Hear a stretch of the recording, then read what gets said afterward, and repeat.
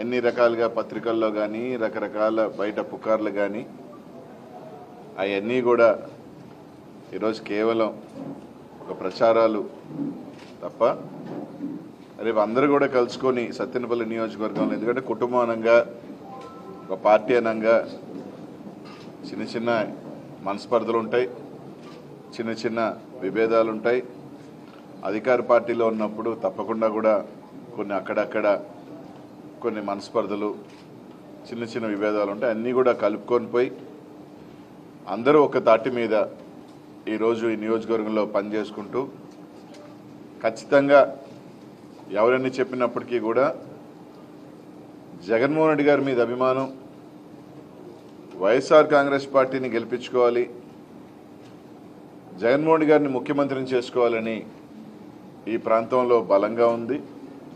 దానికి ఉదాహరణే జగన్మోహన్ రెడ్డి గారు మొన్న మేమంతా అనే సిద్ధం ఏదైతే సత్తెనపల్లిలో నియోజకవర్గంలో ర్యాలీ కానీ దారి పొడిగితున మీరు నకరేకల్తో చూసినా, ఇక్కడ చల్లగుండ్ల దగ్గర ఆ ప్రాంతం చూసినా, ఇటు పక్క వచ్చి ధూళిపాల కానీ సత్తెనపల్లి ఊరు కానీ వెళ్ళేదాకా పల్నాడు వదిలేదాకా చూసినా ఊర్లు కదిలి రావటం కూడా చూడటం జరిగింది. అదేవిధంగా చంద్రబాబు నాయుడు గారు సభ కూడా ఇదే సత్తెనపల్లిలో ఒక 20 రోజుల క్రితం కూడా చూస్తే దానికి ఏ విధంగా ప్రజాదరణ కూడా ఉందో ఈ ప్రాంతం వాళ్ళందరూ కూడా చూశారు. కాబట్టి ఇవన్నీ కూడా కలుపుకొని పోయి ఈరోజు అంబటి రాంబాబు గారు కానీ, ఇక్కడ పెద్దలు మాజీ శాసనసభ్యులు ఎర్ర వెంకటేశ్వర రెడ్డి గారు కానీ, డాక్టర్ గారు కానీ, గుబాన్ కానీ, భాస్కర్ రెడ్డి గారు, ఇంకా ఎంతమంది ఉన్న ప్రతి ఒక్క గ్రామంలో చిన్న చిన్నవన్నీ కూడా అన్నీ కూడా ఒక తాటి మీద రావడం కూడా జరిగింది. అందరూ కూడా ఈరోజు రాంబాబుని తప్పకుండా ఇక్కడ ఎమ్మెల్యేగా అలాగే ఎంపీగా తప్పకుండా మంచి మెజారిటీతో రాబోతూ ఉంది. ఈ నియోజకవర్గం వైఎస్ఆర్ కాంగ్రెస్ పార్టీకి కంచుకోట విధంగా కూడా రేపు మళ్ళీ కూడా గెలవబోతా ఉన్నాం. కాబట్టి అందరినీ ఒకటే కోరుతా ఉన్నాం, ఈ నియోజకవర్గంలో అంతా కూడా చిన్న ఏదైనా ఉంటే పక్కన పెడదాం. ఇంకా ఎక్కడైనా ఒక 5% 10% అక్కడక్కడ గ్రామాలలో ఉంటే పక్కన పెడదాం. మన లక్ష్యం జగన్మోహన్ రెడ్డి గారిని ముఖ్యమంత్రిని చేసుకునే దానికి.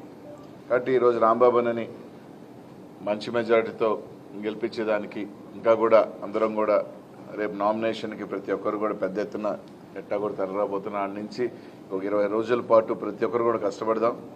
ఎందుకంటే ఈ నియోజకవర్గంలో అందరికీ కూడా తెలుసు, జనసేన వాళ్ళు ప్రత్యేక దృష్టి ఉంది, తెలుగుదేశం పార్టీ వాళ్ళు ఒక ప్రత్యేక దృష్టి ఉంది.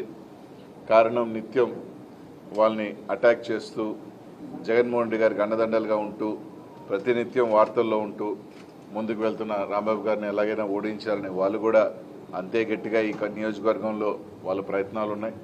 అయినప్పటికీ కూడా ఎవరెన్ని ప్రయత్నాలు చేసుకున్నప్పటికీ కూడా ఖచ్చితంగా కూడా ఈ ప్రాంతంలో మళ్ళీ వైఎస్ఆర్ కాంగ్రెస్ పార్టీ గెలవబోతుందని చెప్పి తెలియజేసుకుంటూ ఈరోజు దాదాపు అందరూ కూడా ఈరోజు ఫస్ట్కి రావటం, అందరూ కూడా ఒకే వేదిక మీదకి రావటం ఒక శుభపరిణామంగా ఇంకా కూడా రేపు నామినేషన్ వేసే ముందే ఇంకా కూడా ప్రతి ఒక్కరు కూడా కష్టపడదాం. వైఎస్ఆర్ కాంగ్రెస్ పార్టీ నాయకులు, కార్యకర్తలు, శ్రేణులు అందరూ కూడా కష్టపడదాం. ఒకటే ఆలోచన చేయండి, చిన్న ఒక కుటుంబంలో పక్కన పెట్టుకొని మన పెద్ద ఆలోచన జగన్మోహన్ రెడ్డి గారు ముఖ్యమంత్రి అవ్వాలి. ఈరోజు మళ్ళీ ఆ సంక్షేమం మళ్ళీ ఉండాలి, సంక్షేమ పథకాలన్నీ మళ్ళీ కొనసాగాలి. ఇవన్నీ కొనసాగాలి అంటే మనం చేసే చిన్న పొరపాటు కానీ తప్పకుండా కాలక్రమాన అన్నీ కూడా సర్దుకుంటాయి కూడా అని చెప్పి తెలియజేసుకుంటూ ప్రతి ఒక్కరూ కూడా ఈ నియోజకవర్గంలో ఖచ్చితంగా కూడా మంచి మెజారిటీతో సత్తెనపల్లి నియోజకవర్గం వైఎస్ఆర్ కాంగ్రెస్ పార్టీ జెండా ఎగరబోతుందని చెప్పి మీ అందరికీ కూడా తెలియజేసుకుంటూ అలాగే ఎంపీగా కూడా 24వ తారీఖున నామినేషన్ అయిపోతా ఉన్నాం. నేను నర్సరావుపేటలో గోపిరెడ్డి సీనన్న అదే రోజున అయిపోతా ఉన్నాం. కాబట్టి మీ అందరి ఆశీస్సులు, దీవెనలు ఎంపీగా కూడా నాకు ఉండాలని చెప్పి మనస్ఫూర్తిగా అందరినీ కూడా కోరుకుంటూ ఆ రోజు మీ అందరి ఆశీస్సులు, దీవెనలు కూడా ఇవ్వాలని చెప్పి మనస్ఫూర్తిగా అందరినీ కూడా 24వ తారీఖున వేసే నామినేషన్కి పల్నాడులో ఉన్న ప్రతి ఒక్కరు కూడా అన్ని నియోజకవర్గాల ప్రజలు, నాయకులు మీ ఆశీస్సులు ఇవ్వాలని చెప్పి మనస్ఫూర్తిగా కోరుకుంటూ ఖచ్చితంగా రానున్న 13వ తారీఖున 7 అసెంబ్లీ నియోజకవర్గాలు నర్సరావుపేట పార్లమెంట్లో గెలవబోతా ఉన్నాం. జూన్ 4న రిజల్ట్ చూడబోతున్నాం అని చెప్పి తెలియజేస్తా ఉన్నాం.